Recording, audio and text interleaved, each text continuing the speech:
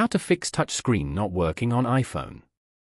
To get started, first of all go to your iPhone home screen. As you can see, there is an assistive touch button on one side of the screen. Tap on it to open the menu. From here, tap on Device. Then, tap on More. And then, tap on Restart as shown. Tap on Restart again to confirm. After restarting, if you want to remove any app from here, then press and hold that app and tap on Remove App.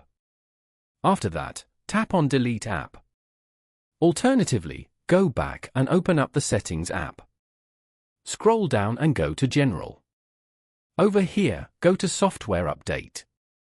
You can update your phone from here and view all the available updates. As you can see, your phone is already up to date. Following these steps, you can easily fix touchscreen not working on iPhone.